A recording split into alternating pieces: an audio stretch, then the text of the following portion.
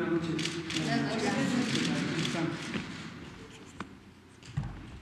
Muy buenas noches.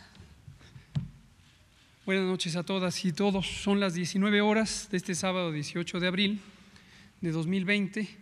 Este es el Palacio Nacional de México y vamos a iniciar la conferencia diaria sobre la situación de COVID, la pandemia de COVID, la enfermedad causada por el nuevo coronavirus SARS-CoV-2.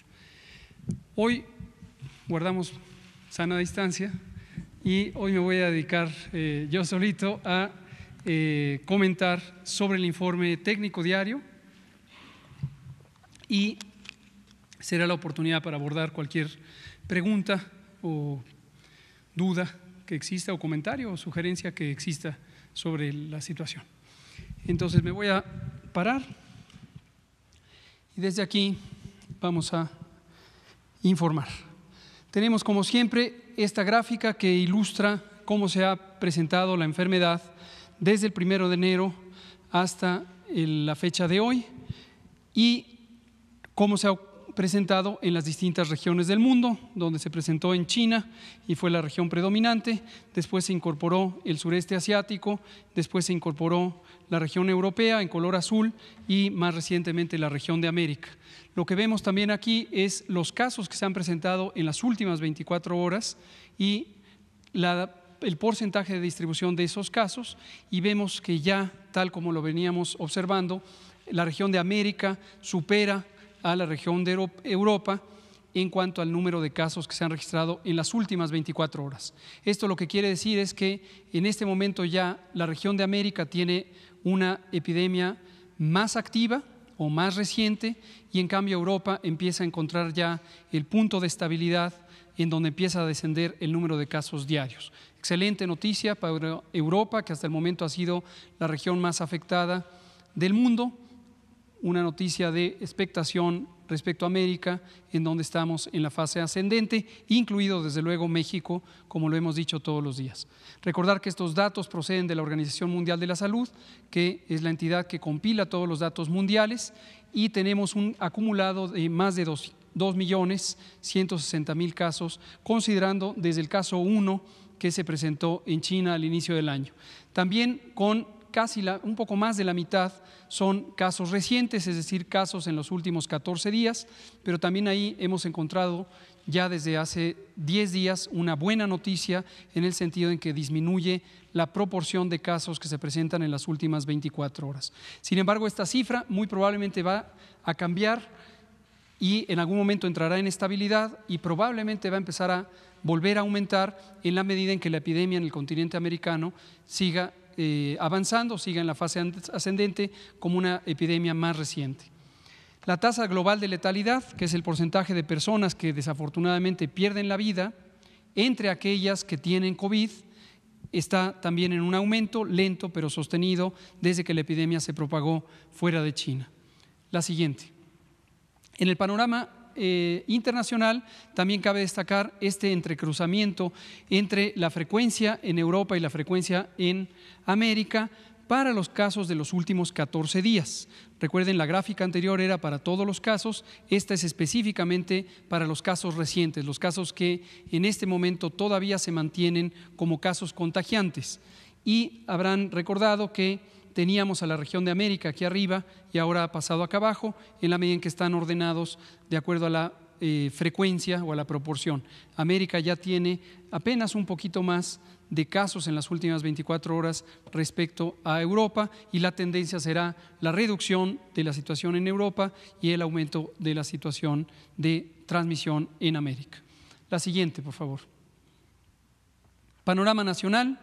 Progresivamente el mapa se va pintando de color amarillo y algunas zonas ya en color rojo, lo que significa, lo hemos dicho, pero lo recordamos para quien no haya visto el mapa, esta es la escala de la frecuencia de casos que se presentan y se confirman en las entidades federativas y hay una escala en estos intervalos de 1 a 50, 51 a 100, etcétera, hasta llegar de 1001 a 3000. Y desde luego en un momento dado pudiera haber más de 3.000 casos confirmados en una misma entidad federativa y se irá extendiendo esta categorización. Aquí hemos agregado ahora el número de entidades federativas o estados que se encuentran en esa condición. La Ciudad de México y la zona conurbada del Valle de México, pero que pertenece administrativamente al Estado de México, es esta zona, esta región donde tenemos la máxima transmisión. Por razones obvias, tenemos la población más densa, cerca del 23%, un poco más del 23% de hecho, de la población mexicana vive en esa zona central en el Valle de México. Se han acumulado 7,497 casos desde el 28 de febrero, cuando México identificó a su primer caso confirmado. Se han registrado como negativos, es decir, se les hizo la prueba y se documentó que no tenían infección por el SARS-CoV-2, personas que tenían el síndrome clínico de COVID, 29,301, y siempre muy lamentable, tenemos 650 personas que han perdido la vida como consecuencia de esta enfermedad. Casi 50,000 han sido estudiadas y la siguiente nos muestra la misma información en una gráfica de barras donde se ve de manera más clara el número de casos identificados en cada una de las entidades federativas. Recordar, y esto lo vamos a estar manteniendo como una idea a lo largo de todas las siguientes semanas hasta llegar al punto máximo de transmisión que ya hemos anunciado que se estima ocurriría en la segunda semana de mayo, y lo que vamos a estar observando es esta distribución, podríamos decir, asincrónica, heterogénea en las entidades federativas con una alta cantidad de casos, pero también entidades federativas que todavía no han entrado a una fase de transmisión importante. La siguiente. Cuando lo vemos comparado con su población, podemos tener una comparación equilibrada entre las entidades federativas. Es claro que el Valle de México, la Ciudad de México y la zona conurbada en el Estado de México, solamente por tener la mayor población del territorio nacional, es esperable que tengan la mayor cantidad de casos. No se pueden comparar la cantidad de casos en esta región tan poblada con la cantidad de casos que se esperaría tener en una región menos poblada. Y por eso se utiliza un índice muy conocido en epidemiología, que es la incidencia acumulada o la proporción de incidencia, el número de casos confirmados dividido por la población de un territorio a considerar. Y esto es lo que se representa en esta misma escala de colores, de intensidades de colores de verde por las distintas regiones.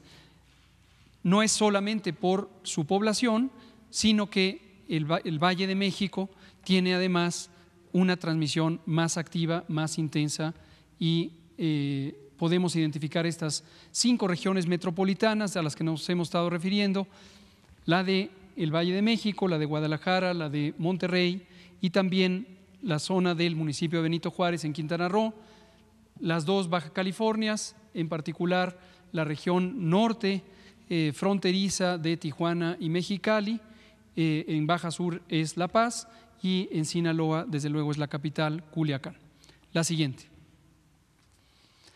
Misma información vista en una gráfica de barras para que podamos compararla de manera visual en términos de la altura de esta columna. Aquí se ve la incidencia por 100,000 habitantes. En forma global, con esos 7,497 casos confirmados, en México tenemos una incidencia de casos confirmados de 5,86 y esta irá creciendo hasta que lleguemos al punto máximo de la curva epidémica en la segunda semana de mayo. La siguiente. Mapa municipal. Aquí es simplemente para visualización.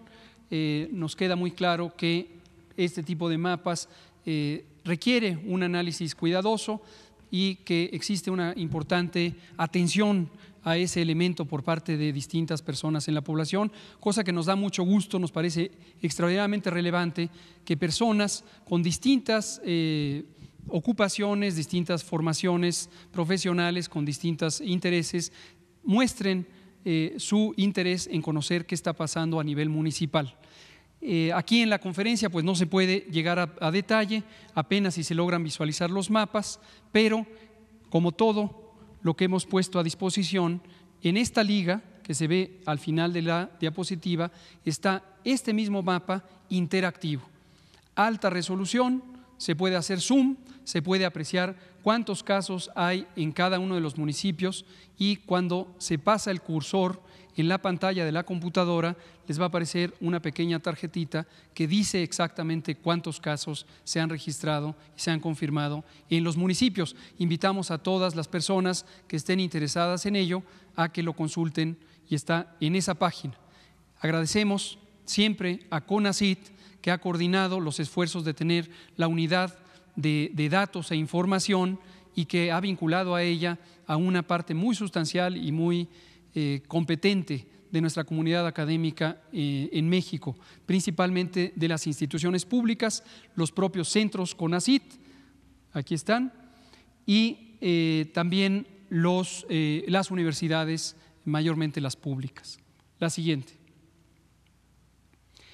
En la distribución por edad no hay cambio relevante. Tenemos dos grupos de tipos de casos de acuerdo a su presentación clínica: personas que han necesitado hospitalizarse, personas que se les da un manejo ambulatorio, es decir, no necesitan ir al hospital, considerando que esta es una enfermedad que se limita por sí misma por acción del sistema inmune, y que en personas, lo recordaremos casi todos los días, que no tengan las siguientes características tienen una baja probabilidad de complicarse. En cambio, las personas que tengan las siguientes características: adulto mayor de 60 años, mujer embarazada o personas que padezcan enfermedades crónicas como diabetes, hipertensión, obesidad, tabaquismo, enfermedad pulmonar y cardíaca crónicas, insuficiencia renal, inmunosupresión por cualquier causa, ya sea adquirida por medicamentos o por alguna enfermedad, pueden tener una mayor probabilidad de complicarse. Y eso lo vemos en la distribución por edades, y lo que hemos notado cada día, que permanece constante, es que a partir de los 60 años se presenta una proporción más grande de casos hospitalizados o de personas que requieren hospitalización comparados con quienes no requieren hospitalización para la misma categoría de edad. En cambio, por debajo de los 60 años predominan los casos confirmados que tienen una condición clínica leve, manejo ambulatorio. Pero también hemos relatado de cuando en cuando que es llamativo cuando uno compara este perfil de distribución por edades de los casos con lo que ha ocurrido en Europa. Es notorio que en México hay un importante predominio de personas adultas mayores que presentan enfermedad, e inclusive enfermedad grave. Y esto está claramente relacionado con la enorme epidemia de obesidad, diabetes, hipertensión y las distintas enfermedades crónicas asociadas con la mala alimentación. La siguiente.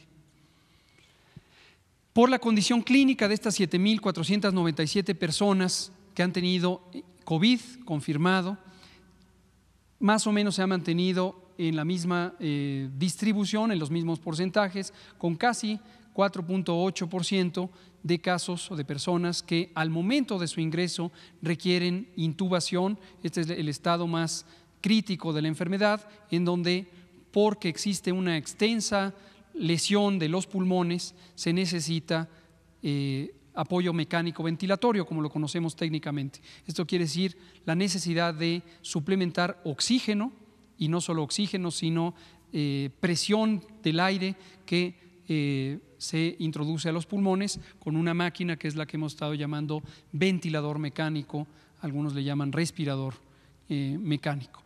Y aquí quiero hacer una pequeña nota a propósito de un caso anecdótico que me relataron compañeras médicas de un hospital público, y lo menciono porque me lleva a pensar que en la población pudiera estar quedando un vacío de información que puede ser relevante. Les platico la anécdota, es una historia real y desafortunada porque terminó en un caso grave, pero no quisiera que esta anécdota nos privara de tener la oportunidad de comunicar a cualquier persona en la audiencia esta circunstancia. La anécdota, no entraré en ningún detalle, básicamente se trata de una persona, un hombre de menos de 60 años, que se presentó a un hospital público COVID, un hospital donde se están atendiendo casos de COVID, y mostraba su extrañeza, se lo expresaba a esta persona, mi amiga médica, especialista en medicina crítica, y le decía: a mí me dijeron que tenía pulmonía, mi familiar, esto lo relataba la familia del paciente. ¿Por qué hoy me dicen que tiene COVID?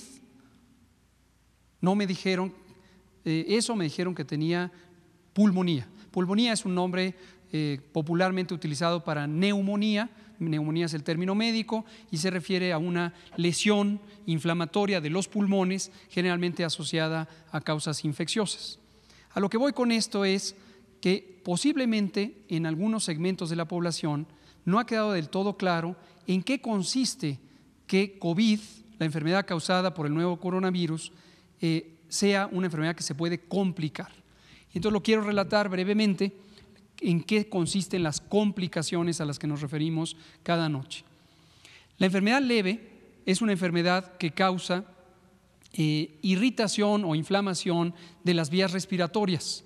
El aparato respiratorio empieza en la nariz, pasa por la faringe o garganta, se continúa con la laringe, que es la parte inferior de la garganta, es donde se produce la voz, donde están las cuerdas vocales, y continúa con la tráquea, los bronquios y finalmente los pulmones. Los pulmones son los órganos especializados en introducir oxígeno desde el aire hacia la sangre, y todos necesitamos oxígeno en la sangre porque el oxígeno es el elemento químico que es indispensable para que todas las células del cuerpo cumplan con sus funciones. Y la sangre, a través de los glóbulos rojos o mediante los glóbulos rojos, recoge otro gas que se llama dióxido de carbono, que es producido por las células cuando están haciendo sus actividades, su proceso metabólico. Entonces, la propia sangre es un mecanismo de entrega de oxígeno y de recuperación de dióxido de carbono. El dióxido de carbono regresa a los pulmones, donde hay unas redes de pequeños vasos sanguíneos microscópicos, y se libera el dióxido de carbono ahora de regreso hacia la vía aérea de los pulmones hacia los bronquios mayores, la tráquea, la laringe, la faringe, la nariz y la boca. Eso es lo que ocurre en condiciones normales.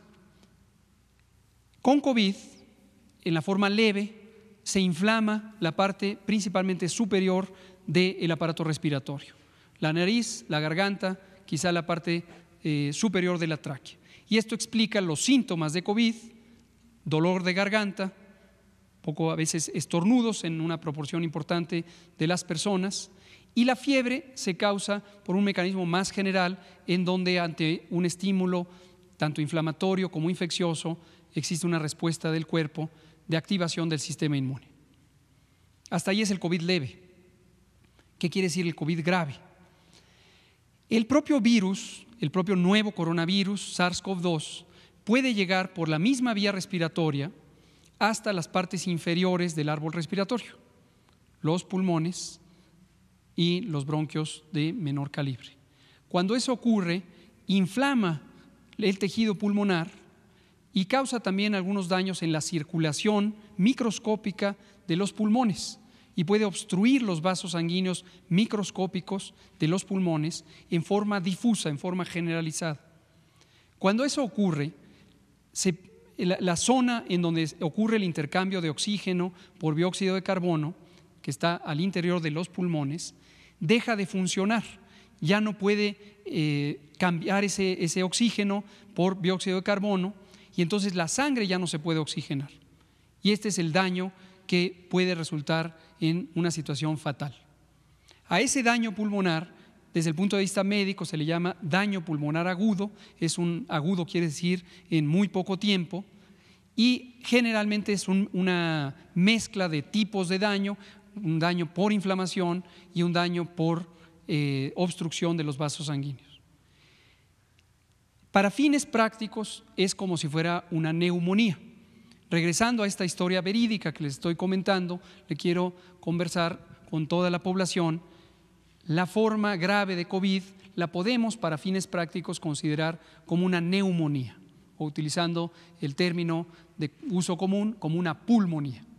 Entonces, esta neumonía, este daño pulmonar, es lo que conduce a que las personas con COVID grave necesiten un apoyo respiratorio, porque de otra manera no pueden cumplir el funcionamiento respiratorio, y eso finalmente es lo que puede llevar a condiciones graves y fatales.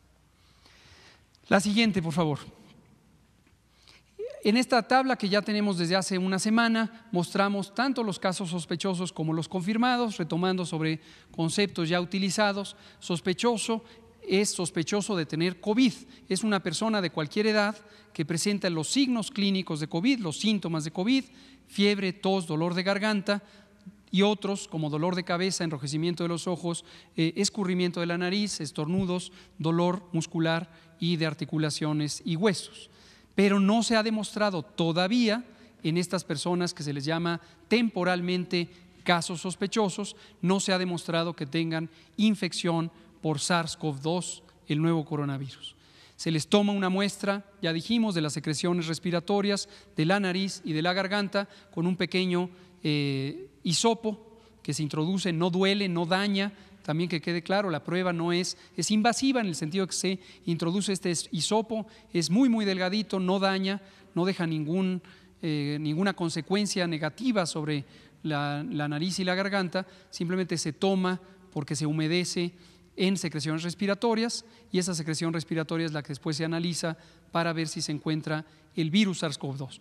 En quien tenga eso, entonces se le llama caso confirmado, y esta es la distribución de acuerdo a esto que acabamos de comentar: si es un caso leve, si es una persona que está hospitalizada, ya sea estable o grave, o si es una persona que requiere apoyo crítico, es decir, estar en una terapia intensiva, muy probablemente con apoyo mecánico ventilatorio. Lo mismo en las defunciones, tenemos personas que tristemente han perdido la vida, que tuvieron los síntomas de COVID, en quienes no se alcanzó a verificar el diagnóstico todavía con la persona en vida. En la enorme mayoría de los casos se ha logrado verificar, ya sea para confirmar o para descartar, cuando la persona todavía está en el hospital, aunque pocas horas o minutos después pierda la vida. En algunos pocos casos, y esto puede ocurrir, que una persona no se logre tomar la muestra en momento alguno. Y aquí quiero comunicarles, esto está descrito en el Manual de Vigilancia Epidemiológica desde febrero. Lo que se hace en estos casos es que se establece una dictaminación por parte de un comité médico. Entonces, aún en ausencia de una confirmación por laboratorio, si existen elementos de sospecha razonable de que la persona pudo haber tenido COVID, eventualmente se clasifica como una defunción asociada o causada por COVID. Eso es importante tomarlo en cuenta. Ha ocurrido en una minoría, en 5 o 6 casos, pero la enorme mayoría de los otros sospechosos o bien han sido descartados o bien han sido confirmados. La siguiente. Estas son las defunciones, es el resumen de las defunciones. En esta escala se ve el número de defunciones acumuladas, son estas 650, están ahí al final de esta línea negra, y estas columnas lo que nos muestran es el número propiamente de defunciones que ocurren por cada día, de acuerdo a la fecha de defunción, y se registran como casos de COVID fatales en el momento en que aparece el resultado del laboratorio, como lo acabo de comentar. La siguiente.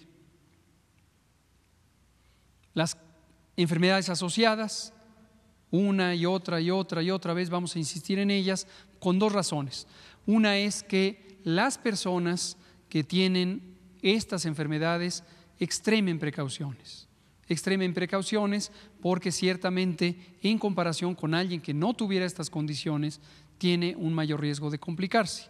Y también hemos dicho en algunas ocasiones que se puede tener más de una enfermedad. La superposición entre hipertensión, diabetes y obesidad es muy importante, y entonces una persona puede tener más de un elemento, más de una condición de salud que le aumente el riesgo. Y obviamente quien tiene 2 condiciones de salud desfavorables puede tener más riesgo que una persona que tenga una sola condición. Y con 3, con 4, con 5 o la edad, esto hace que sea más delicado el asunto y por lo tanto que extremen precauciones con las medidas ya conocidas. La primera, y la volvemos a insistir, quedarse en casa, no salir, no interactuar con otras personas. Aquí retomo algo que ya habíamos dicho, pero por si acaso se ha olvidado. Las personas adultas mayores, en este momento, que no les visiten. En particular, que no les visiten los niños y niñas, los nietos, y los jóvenes tampoco, que no les visiten. Ahora, lo que sí le digo a las personas que no son adultas mayores y que tienen la posibilidad de asistir a las personas adultas mayores, no les dejen solos y solas. Manténganse en un contacto estrecho, háblenles por teléfono, visítenles de lejos, si esto es necesario, y asístanles, apóyenles en todas sus necesidades. Este periodo de restricción de la movilidad puede afectar de manera especial a las personas adultas mayores porque las deja en una situación de soledad, en una incomunicación, y esto afecta mucho el ánimo de cualquier persona a cualquier edad, pero con mayor razón a las personas adultas mayores. Y por la dinámica familiar y social es común que las familias se agreguen en las generaciones jóvenes, vamos a decir papás y mamás con niños, adolescentes y niños y adolescentes, y en cambio los adultos mayores de la familia permanezcan un tanto aislados. Entonces hay que tener una especial atención para frecuentarlos por teléfono, por algún medio de comunicación. La siguiente.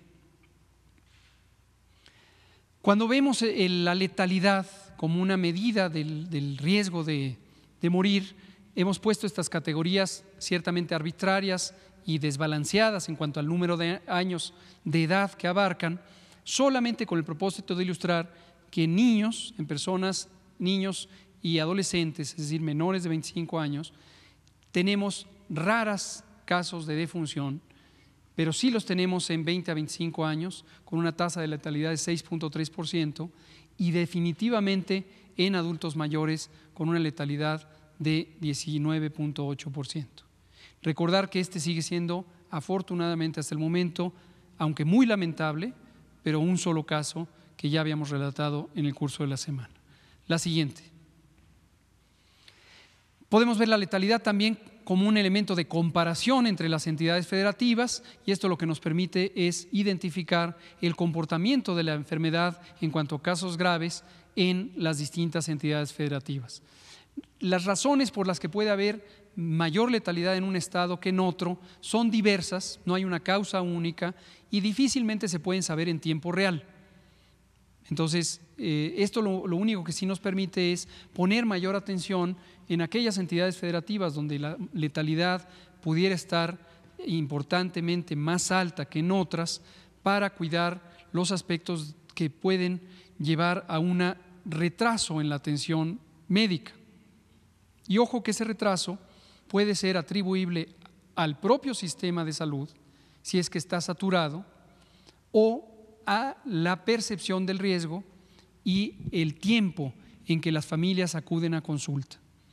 En este momento, excepto en algunas regiones particulares que hemos mencionado, donde sí existe ya un importante grado de saturación de los hospitales, el resto del país ya empieza a tener una sobredemanda de casos de hospitalización, pero todavía no tiene el grado de saturación. Concretamente, en estas entidades federativas que aparecen al inicio, no hay saturación de hospitales. El riesgo existe como en todo el país, pero en este momento no lo hay. Entonces, cuando vemos estas letalidades tan altas, nos hace pensar que existe retraso por parte de las familias o de los propios pacientes en acudir a atención médica. Y quisiéramos con ello reforzar el mensaje que estoy diciendo: si usted es una persona mayor de 65 años, mujer embarazada o padece enfermedades crónicas ya mencionadas, acuda a atención médica, no se espere, porque es importante que tenga una valoración temprana. Si se estuviera complicando, tendría que quedarse hospitalizado y tener otro tipo de atención más avanzada. Entonces, cuidado, esta señal de aumento o exceso de la letalidad comparado con el promedio nacional, que es 8.67, o con las otras entidades federativas, pudiera estar revelando retraso en la atención médica atribuible a los elementos fuera del sistema de salud, porque en este momento no está saturado, afortunadamente, todavía las unidades de salud en estos estados. La siguiente. Aquí lo vemos como mortalidad. El numerador es el mismo, el número de defunciones en México 650 y cada una de las cifras que se ven por el tamaño de estas barras, pero con respecto a la población, Y esta es la distribución, esta distribución es desigual, desde luego atiende a la cantidad de casos que se van presentando con condiciones fatales en cada una de las entidades federativas. La siguiente. Semanalmente actualizamos esta gráfica, a lo largo de la semana no había tenido cambios, hoy ya tiene cambios y es lo que hemos anunciado, la distribución de la frecuencia de positivos, es decir, personas que tienen COVID, sospecha de COVID, se les toma una muestra y resulta que efectivamente tenían infección por el virus. Es la quinta parte, 20%. Y esto va cambiando semana a semana. Noten ustedes que además cambia, esto ya lo alerto para que nadie se confunda, que cuando presentamos el cambio, lo que hemos presentado en semanas anteriores, por ejemplo, recordarán que en la semana 15 esto estaba en 16 punto algo, 16.9 y hoy aparece en 24.6. ¿Por qué razón? Porque los casos se van documentando conforme va apareciendo el resultado positivo. Entonces, si entre la semana 15 y la semana 16 había muestras en proceso, al momento de cortar la información para que aparezca ya en la semana 16, todos aquellos que estaban un día antes de concluir la semana 16, entonces pertenecen a la semana 15. Y si ya salió ese resultado, los casos se reclasifican como casos confirmados. Así funciona en todo el mundo la vigilancia epidemiológica. La vigilancia epidemiológica es un trabajo dinámico donde los datos están presentándose en el momento en que salen los resultados, en el momento en que lo notifican las entidades federativas, etcétera, etcétera. La siguiente. Aquí ahora queremos que vean en conjunto información que solíamos presentar en gráficas separadas. ¿Por qué razón? Porque nos interesa que exista una apreciación clara del tamaño de cada uno de los distintos conjuntos que voy a mencionar en este momento. Casos positivos acumulados en color rojo. Defunciones acumuladas de acuerdo a la fecha de defunción en color azul oscuro. Casos recuperados, acumulados en este color aguamarina y casos sospechosos acumulados en esta curva anaranjada.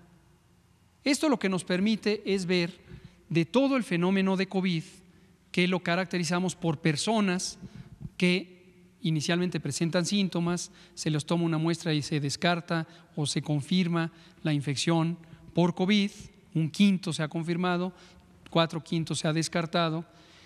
Desafortunadamente algunas pierden la vida y muy afortunadamente algunas se recuperan. Entonces lo que podemos ver es de los distintos casos confirmados acumulados, cuántos han perdido la vida y cuántos se han recuperado. En esta gráfica en concreto agregamos también los sospechosos, que son quienes en su momento entraron como sospechosos, 1/5 parte se confirmó, 4/5 partes no se confirmaron. Y lo vamos a estar presentando a lo largo de los siguientes días y semanas para ir viendo de manera dinámica cómo se comporta la epidemia y en todo momento identifiquemos que los recuperados son una buena noticia.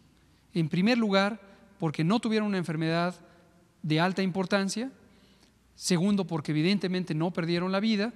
Y tercero, porque bajo el supuesto de que van a desarrollar inmunidad permanente, nos van a ayudar a todas y todos a que la epidemia eventualmente se acabe. La siguiente. Bueno, este es simplemente para recordar lo que ayer nos preguntaban sobre cuál es la dinámica, cuál es el mecanismo técnico de la vigilancia epidemiológica. No entraré en detalles, al inicio de la semana vamos a comunicar algunos elementos técnicos muy puntuales sobre la vigilancia en cada fase. Recordarán que iniciamos la vigilancia en la fase 1 con la vigilancia centrada en casos sospechosos porque está vinculada con la técnica de contención. Pero cuando entramos a fase 2, y así lo teníamos previsto, se activó el sistema de vigilancia Centinela y COVID se incorporó a los 14 virus respiratorios que se vigilan con el sistema de vigilancia de influenza.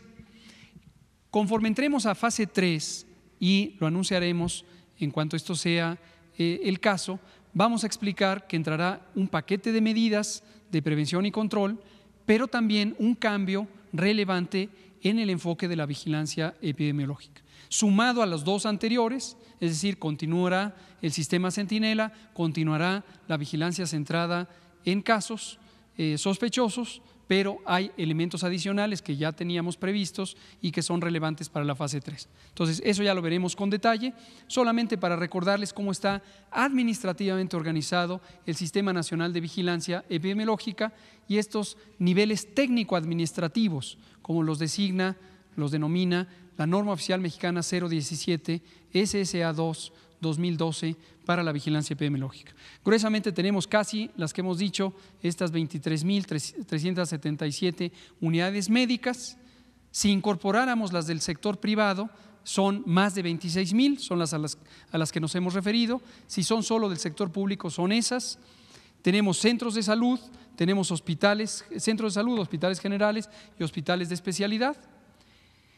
Estas informan directamente, no solo COVID, sino más de 150 enfermedades de notificación obligatoria que están contempladas en la propia norma y en la Ley General de Salud, en el título 8, artículo 134, y todos los profesionales de la salud, sus propias unidades de operación, centros de salud, hospitales y hospitales de referencia, los laboratorios, los dispensarios, todo el que se dedica a la atención de la salud está obligado por ley a notificar a la autoridad sanitaria cualquier enfermedad que está considerada de notificación obligatoria.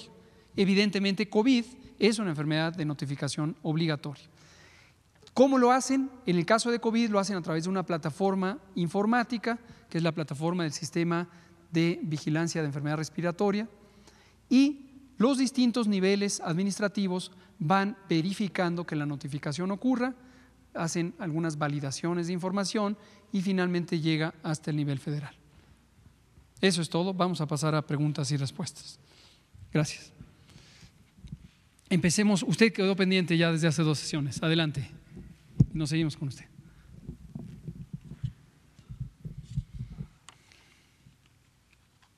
Ya aprendió. Doctor, buenas noches. Carlos Guzmán de ABA Noticias de Veracruz.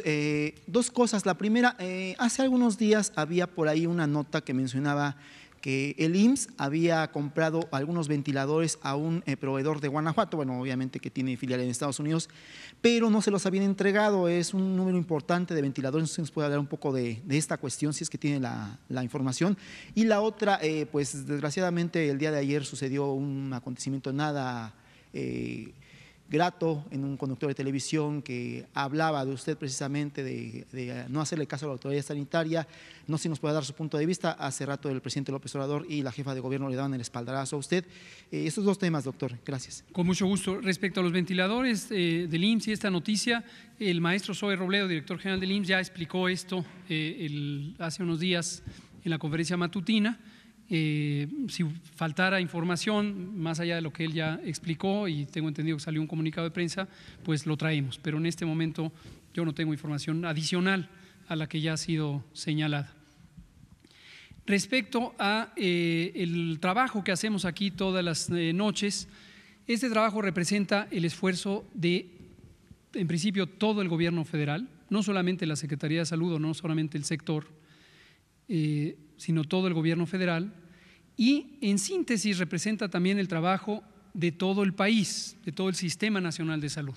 Precisamente como lo acabo de ilustrar, la información que tenemos nosotros en las oficinas federales de salud proviene de las unidades de salud.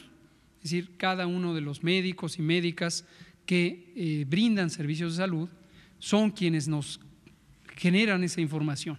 Y aquí quisiera expresar también por esta razón mi agradecimiento y respeto a el personal de salud, en primer lugar por lo que hemos dicho y seguiremos diciendo, por estar al frente de esta respuesta directamente con las personas enfermas, lo cual implica una enorme responsabilidad, una gran dedicación, un compromiso en términos de su ética profesional, y les agradezco por eso. Pero también les agradezco por contribuir a la información, generar datos, generar información, porque estos datos, cada uno de los datos que usted integra al hacer una notificación a la unidad de epidemiología de su hospital o directamente en la plataforma, si es su caso, o transfiriendo una ficha de información hacia la jurisdicción sanitaria, todo esto se construye en una panorámica, en una representación de la dinámica epidemiológica de COVID en México.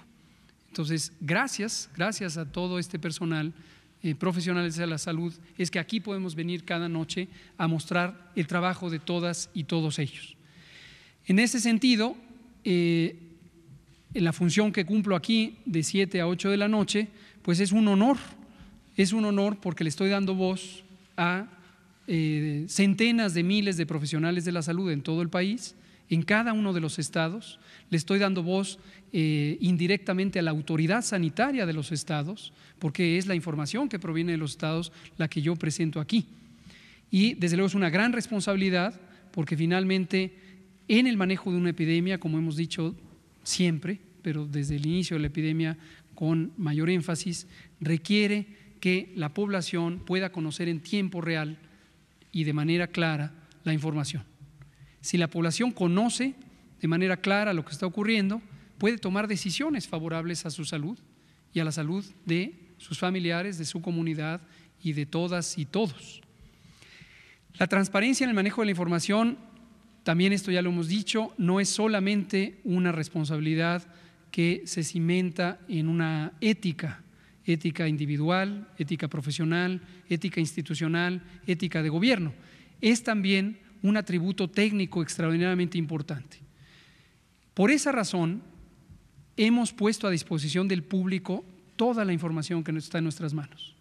Esta información, además, no lo perdamos de vista, cuesta.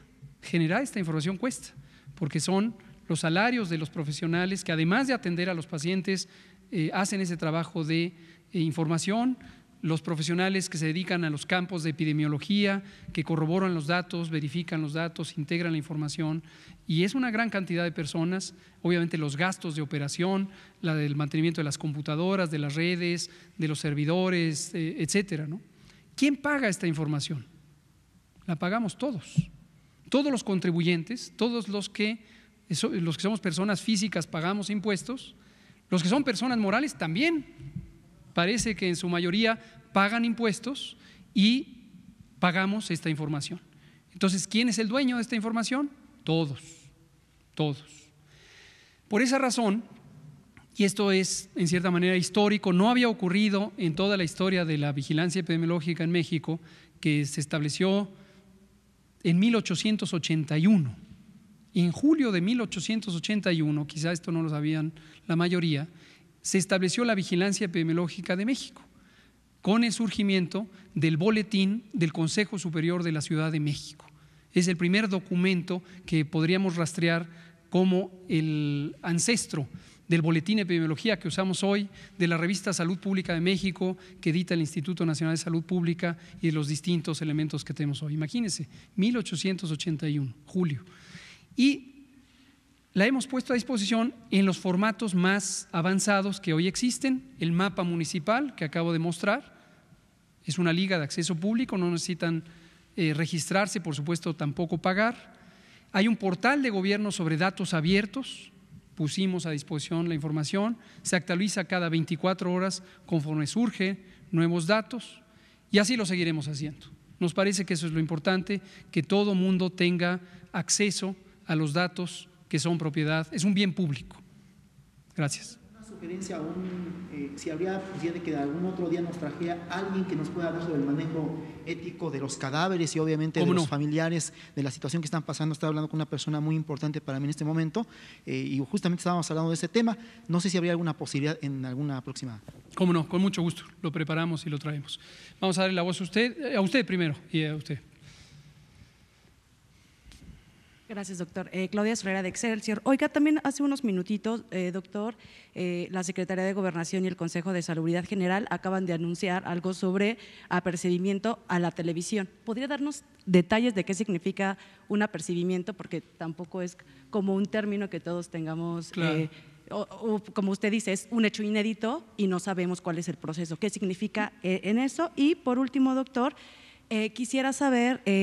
si cada institución es la encargada de garantizar y de revisar la calidad del equipo de protección personal de los médicos. Y esto se lo comento porque precisamente hoy publiqué entrevistas que hice a varios doctores anestesiólogos e internistas del IMSS, acá de la Ciudad de México, que en estos kits de equipo de protección personal para hacer procedimientos quirúrgicos recibieron mascarillas N95, pero con una certificación que ya… Bueno, que estaba solamente, que era una certificación que ya le había quitado la NIUSH desde 2009. Entonces, evidentemente están como muy preocupados por eso, quieren saber más del tema y quién les garantiza que los productos que esté recibiendo sean de buena calidad y no los pongan en riesgo. Con mucho gusto. De lo que me platica de apercibimiento no tengo información, pero la recabamos y la comentamos.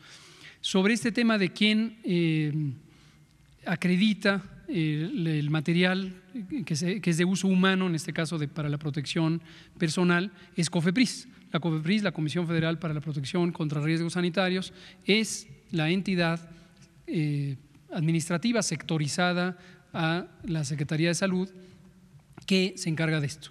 Y esto lo da en términos de autorizaciones sanitarias.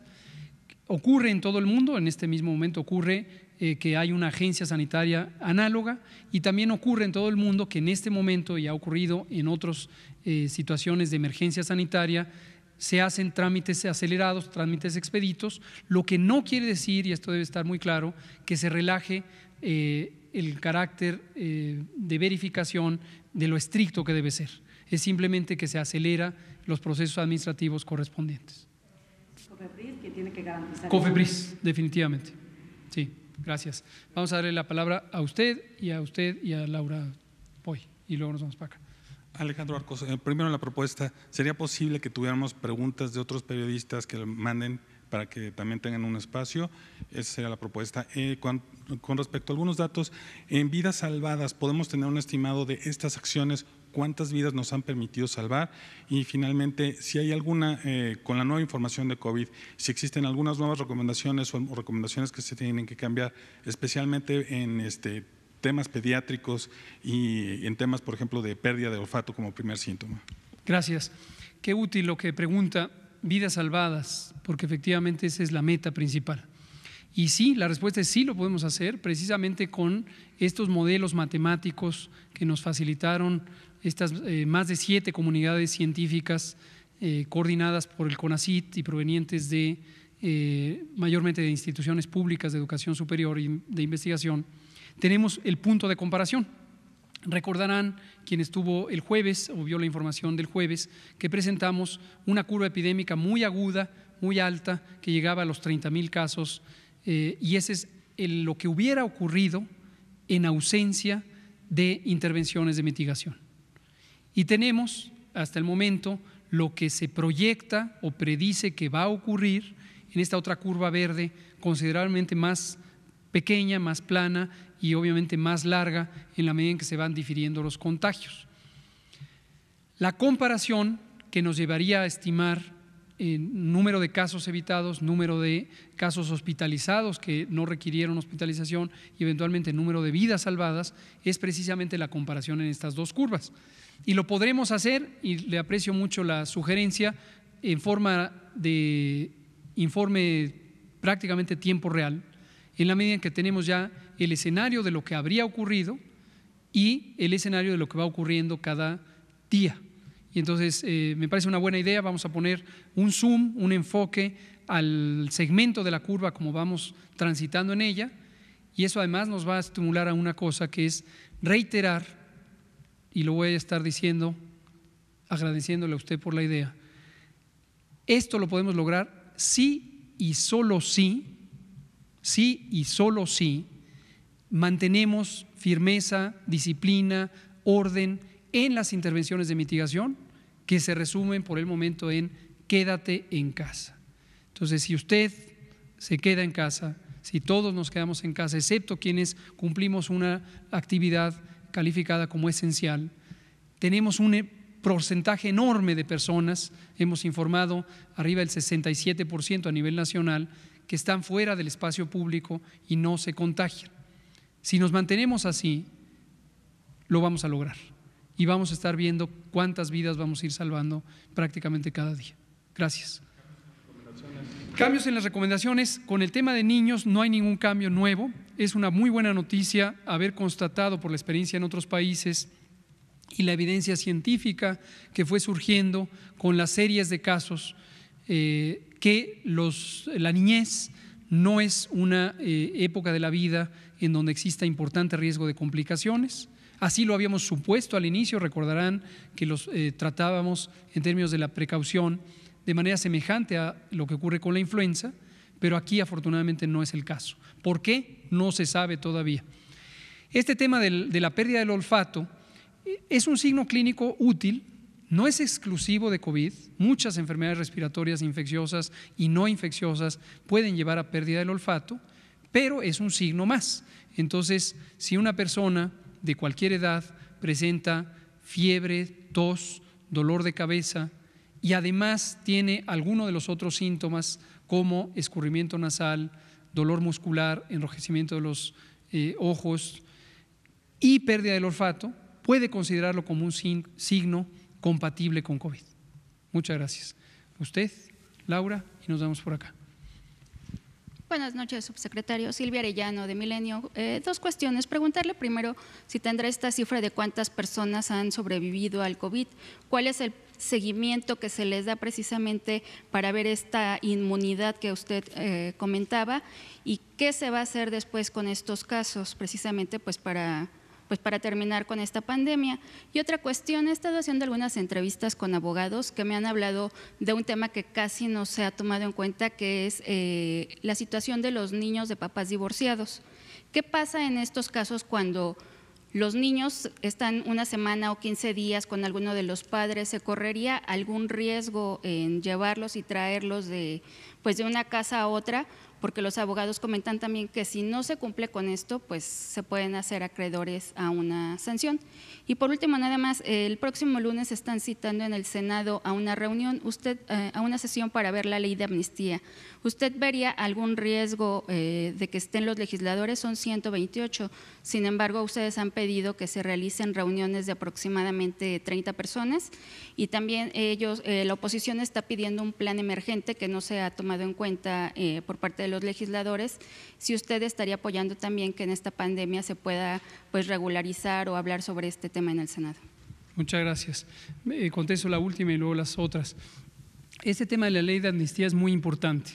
Hace una semana, un poco más, un periodista, uno de ustedes, me preguntaba si se había considerado un proceso de preliberación como un auxiliar de la prevención para las comunidades de personas privadas de la libertad, es decir, quienes residen en centros de reclusión, ya sea reclusorios preventivos o prisiones penales. En ese momento contesté que no, porque todavía no había madurado desde el punto de vista jurídico la propuesta por parte de quien es competente para esto, que desde luego es en primera instancia el Poder Judicial, no el Poder Ejecutivo, sino el Judicial, y en el caso del Poder Ejecutivo, también las oficinas responsables de Procuración de Justicia. En este momento veo con agrado que el tema ha ido progresando. Desde el punto de vista de salud pública sí puede ser un elemento útil el reducir la población de las prisiones y de los centros de reclusión preventivos, porque entre menor densidad mayor facilidad de hacer intervenciones preventivas y también menor es el riesgo de que haya propagación de la enfermedad. Entonces, qué bueno que esto progrese, gracias al Poder Legislativo, en particular al Senado, quien está tomando la iniciativa en este aspecto. La mecánica de la sesión, tengo entendido que todavía se estaban considerando alternativas del uso de instrumentos electrónicos para una sesión virtual. Había alguna controversia sobre esto, si esto vulneraría la legitimidad o la legalidad de las sesiones y pues ya veremos qué ocurre. 128 legisladoras y legisladores es un número sustancial, pero desde luego es todavía una comunidad manejable en un espacio físico cerrado. No olvidar que tenemos nuestro lineamiento técnico de prevención de COVID en espacios públicos cerrados y hay una serie de recomendaciones de higiene que se pueden instrumentar. Ya ha habido una excelente comunicación, además con el Senado. Mi agradecimiento a la Junta de Coordinación Política y la Mesa Directiva, que desde hace varias semanas nos hemos mantenido en buena coordinación para los fines de la prevención de COVID. Menores hijos de padres divorciados. Como en cualquier otra comunidad donde hay un intercambio de personas, porque hay familias que en algún momento comparten familiares que viven en 2 domicilios, pudiera esto contribuir a el contagio. Dependiendo qué tan frecuente es la interacción entre las 2 familias que en su momento vivieran separadas o los 2 antiguos cónyuges, podría desde luego considerar que podría conducir al riesgo de transmisión. Simplemente habría que tener una mayor precaución. Si uno de los antiguos cónyuges presentara síntomas, pues desde luego está moral, pero también legalmente obligado a informar a la otra persona para que se tomen las provisiones necesarias. Sobre las personas que se recuperan de COVID, es la gráfica que presentamos ya desde hace más de 10 días, la acabo de presentar ahorita, es la línea en color aguamarina, son un poco más de 2.500 personas, irán apareciendo más, estos representan el 39-40% de los casos y hemos asumido que desarrollan inmunidad permanente. También hemos comentado que en el mundo entero todavía no existe suficiente evidencia robusta como para garantizar que la recuperación clínica de personas con COVID produce inmunidad permanente. Por analogía con otros virus respiratorios, incluyendo los 2, hay más de 8 coronavirus, pero los 2 de mayor importancia clínica, SARS y MERS, suponemos que va a dar inmunidad permanente. Nos queda tiempo para ya ninguna pregunta, porque ya son las 7:57. Quisiera cerrar con un mensaje general.